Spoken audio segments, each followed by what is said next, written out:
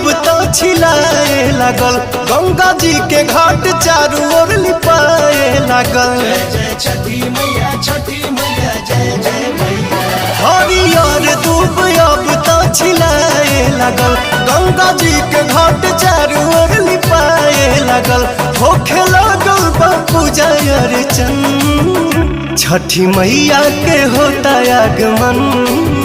स्वागतम स्वागतम स्वागतम, स्वागतम स्वागतम स्वागतम, छठी मैया के करा स्वागतम।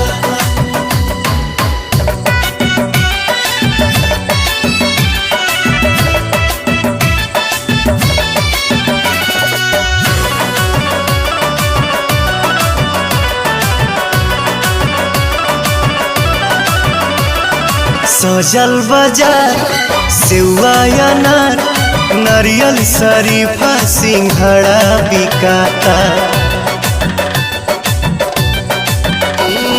सजल बाजार सेवा अनार, नारियल शरीफा सिंघड़ा बिकाता।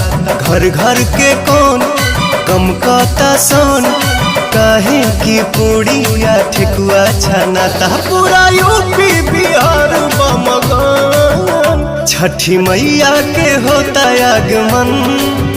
स्वागतम स्वागतम स्वागतम, स्वागतम स्वागतम स्वागतम, छठी मैया के करा स्वागतम।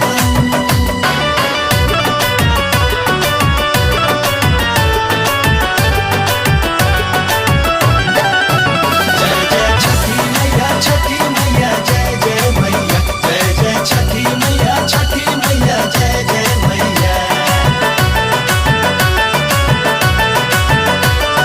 श्याम आजाद दिवाली के बाद जाए के रहल बम्बे न गईले हो। श्याम आजाद दिवाली के बाद जाए के रहल बम्बे न गईले हो। छोड़ी अरब मनावे परब, सब परदेसी घरे आ गईले हो। मेहरी संगे छठ करी है पवन, छठी मैया के होता आगमन।